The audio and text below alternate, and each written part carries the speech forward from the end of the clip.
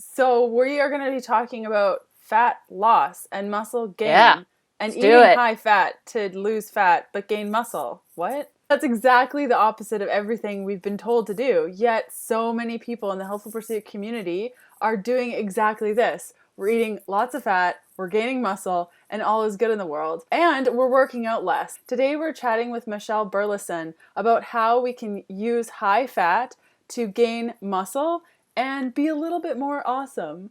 So we're going to be talking in detail about the exact exercise that women should be doing, shouldn't be doing, what's going to help us stay in fat burning, get kicked out of fat burning, and everything in between. So hint for a lot of you, this is probably going to mean working out a lot less. I know for myself, there were days or years even where I was working out 3 to 4 hours a day and not losing any weight, and my muscle was suffering. So Michelle is an author, screenwriter, journalist, medical writer, researcher, former high school and college coach, and Division I NCAA scholarship athlete.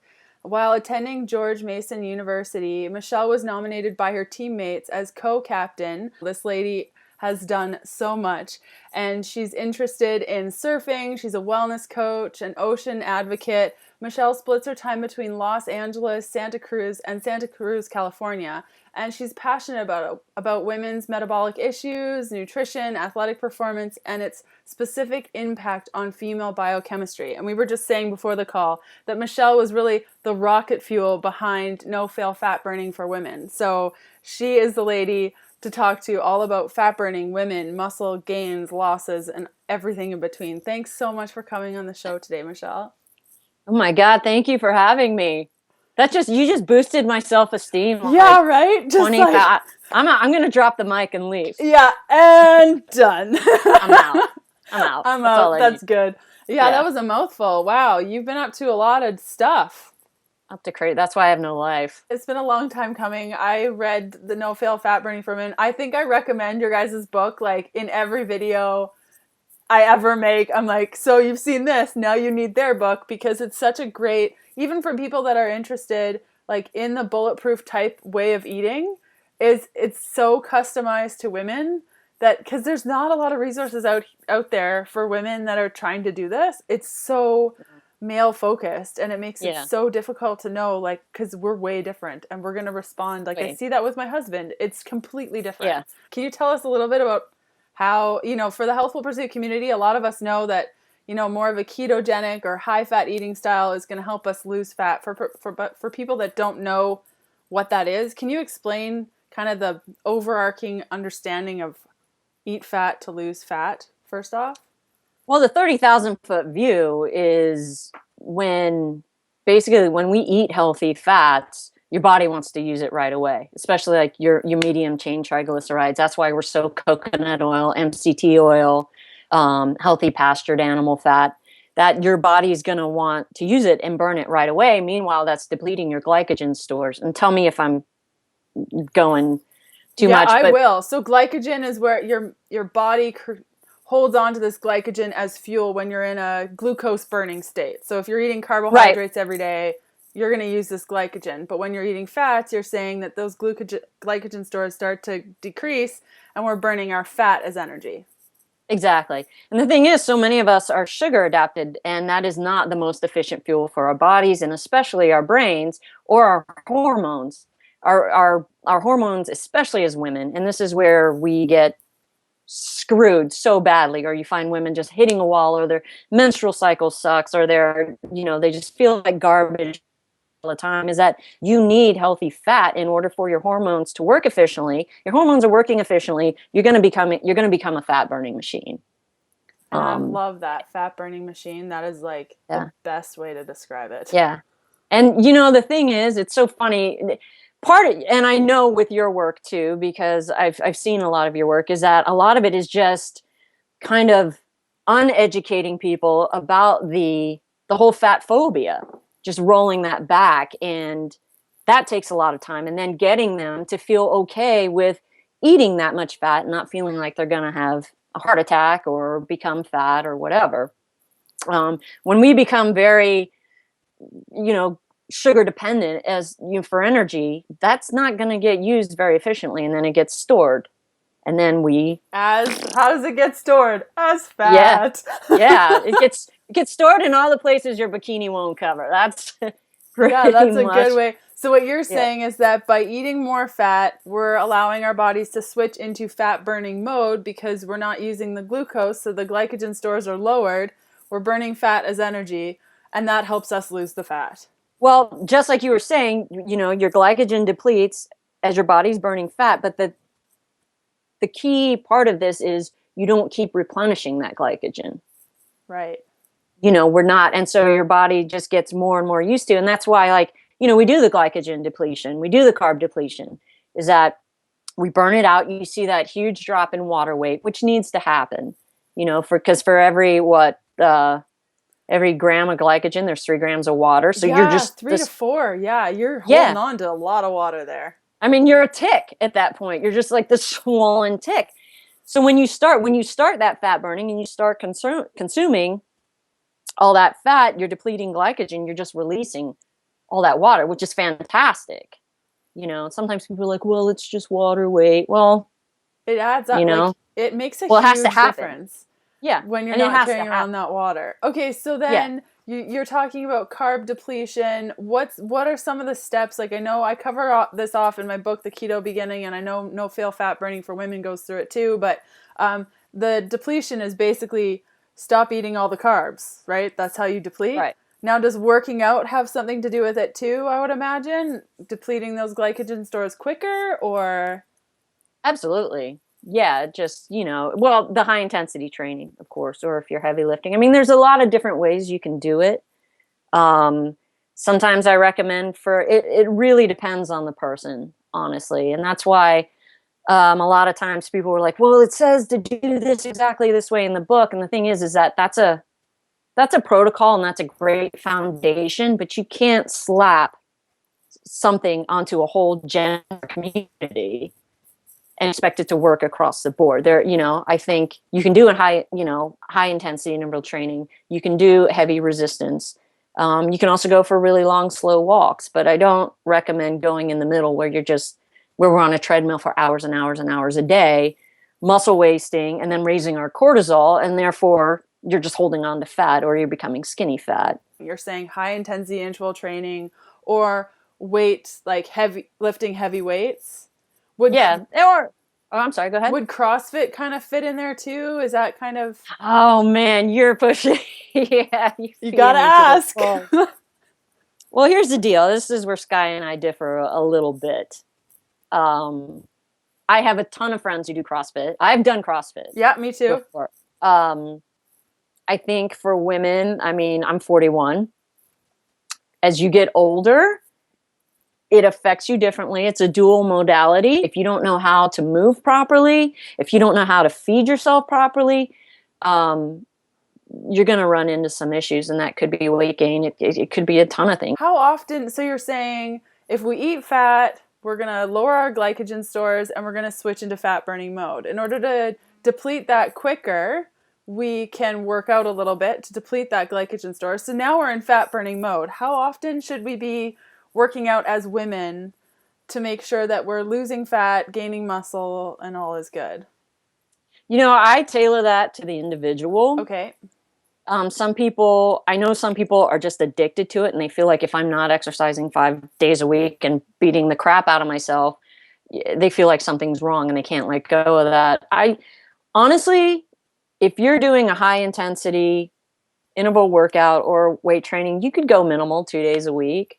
You could go 1 day a week if you're doing something like Body by Science, like Doug McGuff, time under tension. You could do that once a week. I did that a couple years ago just to see what would happen. And I only worked out once a week for 20 minutes and I got so strong. That's when I started getting my pull-ups like crazy. Wow. And that's insane. But yeah, it's not, it's 20 minutes once a week, but it is, you leave there just everything's on the floor. Dead. You're a dead thing. Yeah. You're time under tension. So you're not really lifting weight. You're just seeing how long you can hold it up before, it brings you back down. Amazing. So it's really, and you only want to do that like once a week because it's so hard on your central nervous system. But then, if it really depends on your lifestyle. And the cool thing about this type of nutrition and eating this way is that it can fit any lifestyle. I work out 4 or 5 times a week, and by work out, I don't mean I'm killing myself every day. Sometimes that workout's 4 minutes, swinging a kettlebell or, doing a Tabata. Today, like when I was rushing home today, it was like I did an isometric workout, which was just all hold as long as I can, hold myself in certain positions. And that was real quick, but I can even tell now I feel a little fried. I'm going to need to sleep a lot today. Some of my ladies, like we just did the fat burning challenge, I'll just have them work out 2 or 3 times a week. I'm a big fan of the kettlebell because it's an overall exercise, get your whole posterior chain, and it burns your fat. Like if you want a butt, you want some hamstrings, nice back, nice arms, swing the kettlebell. Every which way. Every which way. Yeah. Like Tracy Rifkin, she's a goddess. Like get her book. She is. Yeah. Okay. So you're saying that we should do sort of like these high intensity interval training or lifting weights. Is there a difference between, like there's some resources out there, for instance, things like carb backloading and that whole thing where it's, it's best to work out in the mid-afternoon, or is there a good time to work out, and how does that impact our nutrition when we're eating high fat? That's such a good question, and I know it's probably one you get all the time, and I get all the time, because I know in the book it's like your optimal window is 3 to 6. Yeah. And the reason that is because your insulin and your cortisol has come down. Yeah. And you've broken your fast probably, and then you are going to work out really hard and then consume your biggest meal afterwards or spike your insulin after. So you're going to get this ushering of nutrients in, and it's going to go mostly into your muscles because you've basically shut down your fat cells for the day when you do work out in the later afternoon. Mm-hmm. If you work out early in the morning, which I do, it's just, that's the way my schedule is. Totally. You can still take advantage of that. And actually, here's the one, women, it just feels like men get it so easy in this nutrition department. But here's our bonus is actually we can kind of get away with working out in the morning more, spiking our insulin and having it. And this is anecdotal, but still get great results. And I've heard even up to like 140% more muscle growth and fat burn from doing that in the morning. If you go like within an hour of waking up, you don't want to wait too late, but like say you get up at 7, go work out at 8. And is this fasted? Are you doing this fasted? Fasted, yeah. Okay. Some people will take some MCTs, sometimes a little caffeine with some MCT oil. Yeah. Beforehand. It really depends on what you're going to be doing. So you go in to train, you're doing something that's stressing your system, like high intensity interval training, you're lifting hard. That's all catabolic, which means you're breaking things down. Yeah. Which is a good thing. You need to break yourself down to build yourself back up. The thing is, the minute we stop working out and we go and we slam down a brown banana in a shake or whatever, spike our insulin and usher the nutrients in, is like we haven't let those catabolic processes finish. And part of that catabolic process is cellular cleansing and letting those, so we've mobilized body fat by doing this exercise, right? Which means we've basically pushed our fat cells into releasing fat. And that's what it means by mobilizing fat. We don't just burn fat. It's not we've got to cajole the fat cells into releasing the triglycerides inside, releasing the fat inside those cells. Right. And that's what we're doing when we're working out. So it gets into our bloodstream. And so the whole catabolic process after we work out is letting all those triglycerides get out so that we can burn them for fuel. They've been released so that now we can burn it up for fuel. Right. If we just jam a shakedown, we become anabolic, which means we've started the growth process, the recovery process too fast. Right, but then the fat's all like, but what about, we want to be used for fuel, and it totally right, exactly. Right. Okay, yeah. So what you're saying is all this protein. What you're saying is that so if you work out in the morning, I can wake up and within an hour I'm doing my workout, and then I wait about 45 minutes, and then I have insulin spiking carbohydrates. So you mentioned brown bananas, maybe sweet potato. I feel like white rice. In your shake, here's what I would do. I do it kind of like in the book. Like I have never actually had like sweet potato or rice after working out in the morning. I actually use Carb Shock, or I will do the brown banana, or you can do grapes in the shake, get it in there.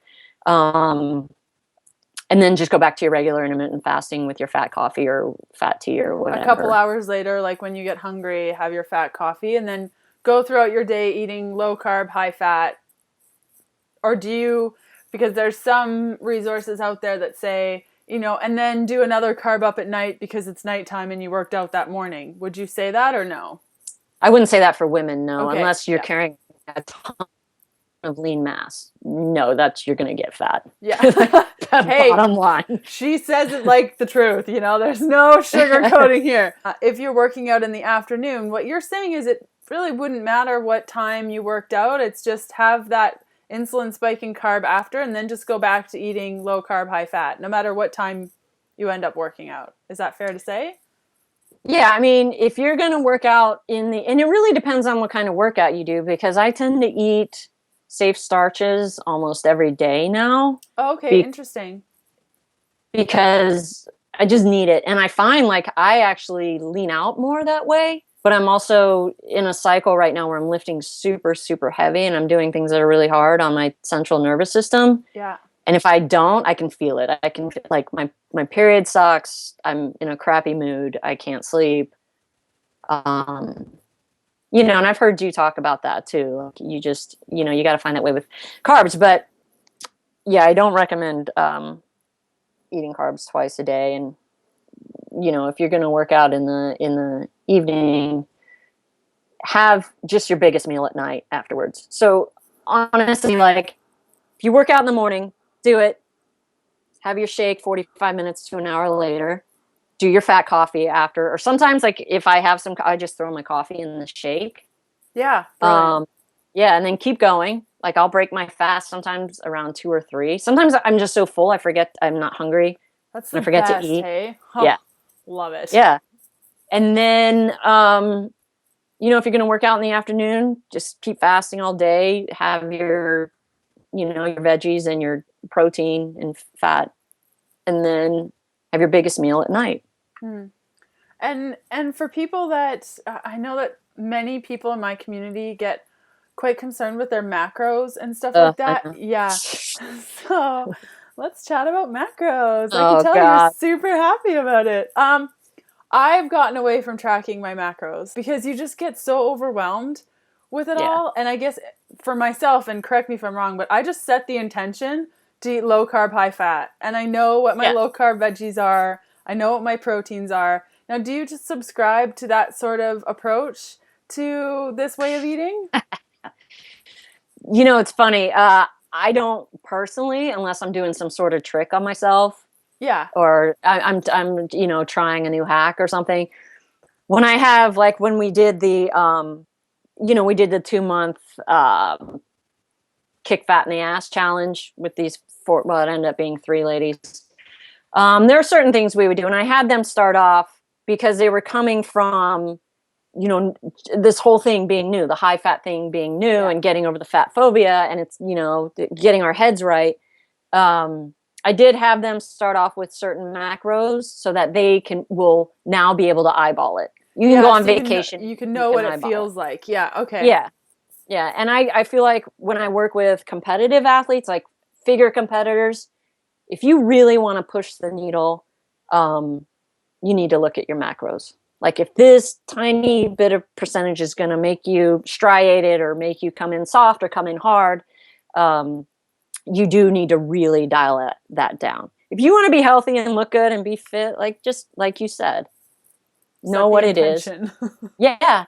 And really, set the intention and check in with your body. Know what this feels like. Know that when you eat this, you feel like crap and you blow up. It also depends on your time of the month. Yeah, it's so true. Now, with protein too, I know that in the ketogenic or high-fat eating style, there's a little bit of, not a phobia around protein, but a little bit of a fear around protein converting to sugar, and then you're spiking your insulin, blah, blah, blah.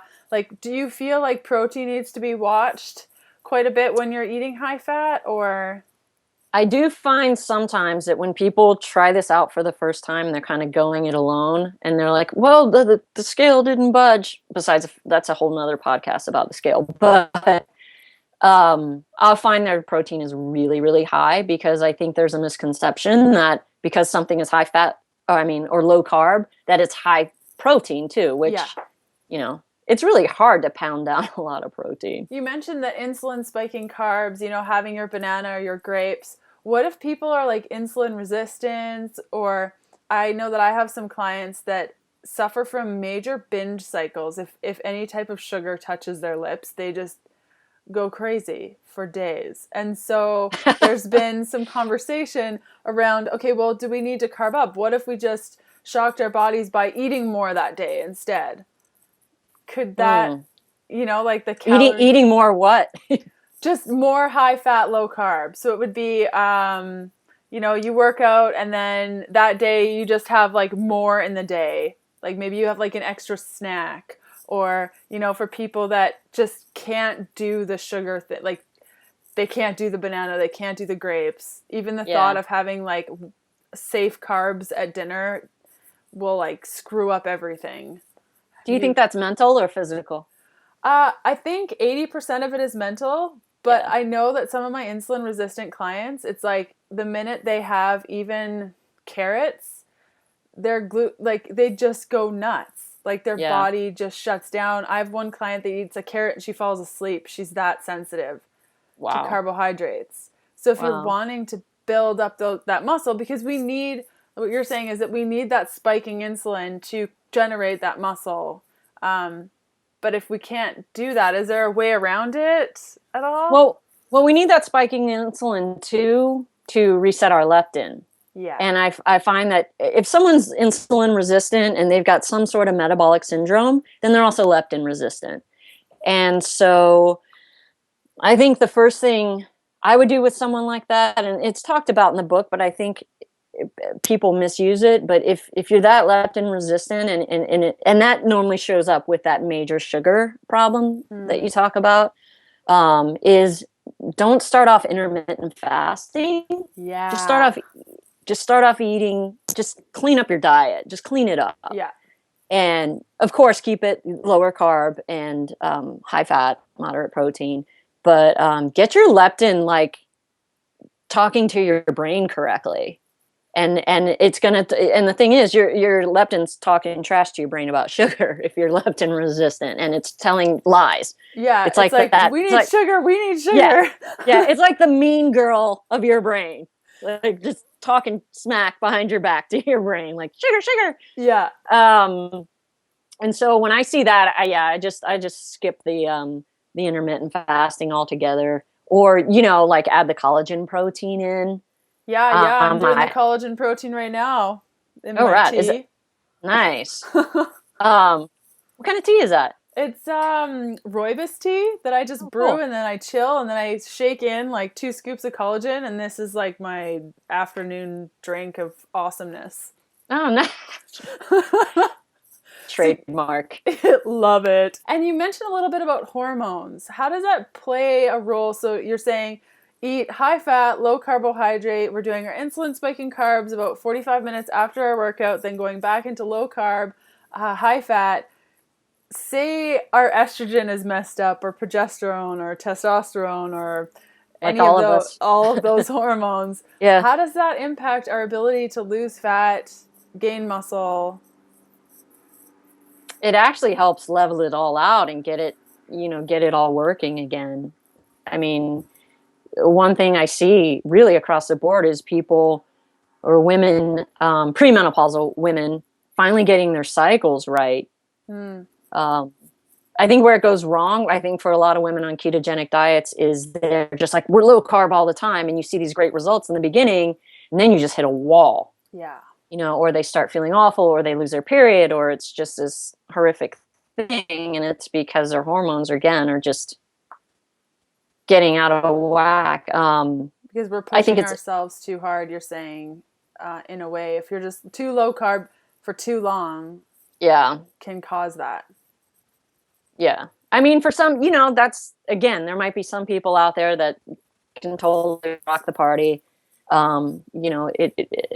It really depends. Of course, men can get away with like super, super low carb for a really long Oh, time. that's like my husband. It's ridiculous. Like he Yeah. does low carb for 7 days and he loses all this weight and his muscles are protruding everywhere. And I'm like, ugh. Yeah. And then Yeah. like it's ridiculous. It's ridiculous. But from my experience anyway, eating high fat, low carbohydrate is the only thing that helped my hormones. So when I meet people where it's like, I've lost my period eating this way, I'm like, then there's something that we're not doing. Like there's some piece that we're missing. And oftentimes it's either they're not eating enough, like they're at 1,000 calories a day. And I'm like, what? Yeah. Or, they have 1 zucchini a day for 3 months.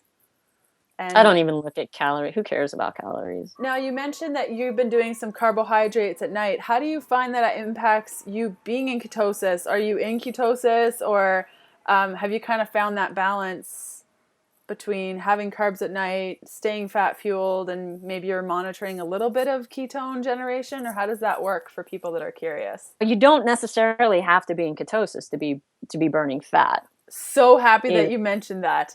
Yes. I was kind of scared to mention it too. Yeah, no, please. Yeah, do it. And I'll show you. I have my little ketonics, my sport breath analyzer thing.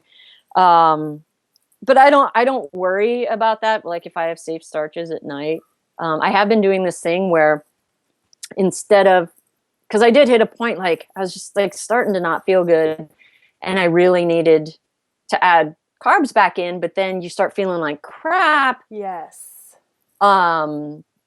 So I've been doing this thing where you add them back at a certain amount very slowly. So like say if I add in, and of course I don't want to go into macros or people being like, she said 5 grams. She said, yeah. Yeah.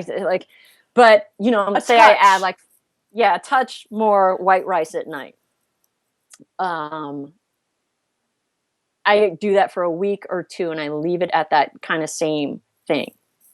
So I say, so you're steadily I'm not just shocking carbs back in to my body inconsistently, if that makes sense. Totally. So you do it over, and then so it saves you from that really crappy feeling of, oh my gosh, I ate too many plantains.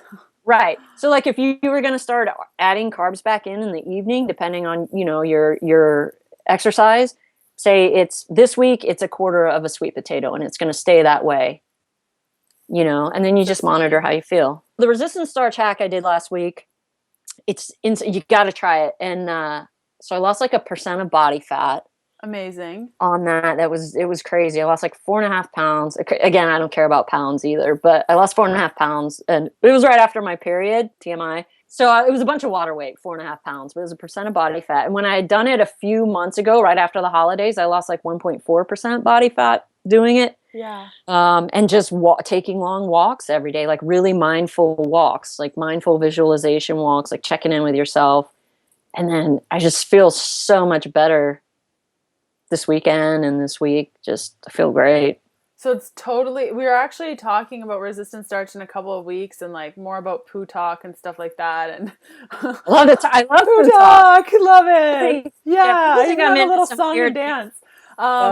But can you tell us a little bit about the experiment that you did, the resistant starch experiment? Or can people go somewhere to find out how they can go to the blog. Yeah, I'm going to write about it. So this is going to be on nofailfatburningforwomen.com very soon. Ma'am. Yes. Yep. So if people today, hopefully. Okay. So by the time this video goes live, when is it going on Wednesday, live? now you got to get it live. So go to nofailfatburningforwomen.com and hopefully it will be there. Unless you do another carb up and fall asleep and don't get it done. No, I'm just kidding. Okay, so let's kind of summarize for everyone out there just so that we know exactly what we said. So eat low carbohydrate, high fat most of the time. When you work out, and we would recommend, the high intensity interval training or heavy lifting, not that steady state cardio for hours and hours. That is not going to help the situation. And isolation exercises. Yeah. Bicep curl. Totally. Okay. Perfect. And so after those workouts, about 45 minutes after, do that spike in carb like a brown banana. Brown banana is important. Or grapes. Or carb shock you mentioned. and then go back to eating low carb, high fat. And then if you want to play around with carbs at night, depending on your energy and your cycle, and you really have to listen to your body. Yeah. And pardon me? And your lean mass. Like, how much lean mass are you carrying on your body? The more, and this is why, and especially you too, and I appreciate this about you so much, is that, you know, women are so scared of getting bulky. You have to put on that mass if you want to burn fat, you know, and you want to keep your metabolism up as you age. Yeah, totally. So, you got to get the muscle. And it doesn't have to be big, beefy, like traps and all that stuff. Not at all. No, you got to be on steroids to. Totally. You know, like, you're not going to get beefy. It's just a matter of building that muscle so that it can burn, you know, keep your metabolism going, and that's all good. Okay. Yeah. And then if you want to check out resistant starch information, go to No Fail Fat Burning for Women. Is there anything else that you want to add at all, Michelle? Just, you know, if you want to get fit, deadlift. Just do your big movements. Yeah. That's it. And also, this is another thing, and this will be in the book, and I'll wrap this up quickly, but, you know, we can instead of working against our bodies and like, oh God, I'm having my period and all this, is like leverage those hormones for when you can burn fat the most during the month, when you can gain the most strength during the month, and then take a chill, like in your luteal phase, 3 or 4 days before your period. Make that your deload week. Yeah. And it'll actually help you going forward instead of killing yourself. Like, I feel like crap and I'm fatigued. And I'm just going to go. Yeah. You know, and it just makes it worse. You know, work with your body. Like the first couple days after your period ends, that's your time. Your estrogen and your testosterone are high. Like, go hit whatever you do, go hit it hard. Yeah. You can probably tolerate a little more carbs then too. And that will help you with your PMS or whatever's happening also. Amazing. Wow. Yeah. Thank you so much for coming on our show. And I'm sure we could chat forever and ever. But for people that want to check out Michelle's site, again, it's nofailfatburningforwomen.com. Thanks so much. Thank you, Leanne. Aloha. Bye. Bye.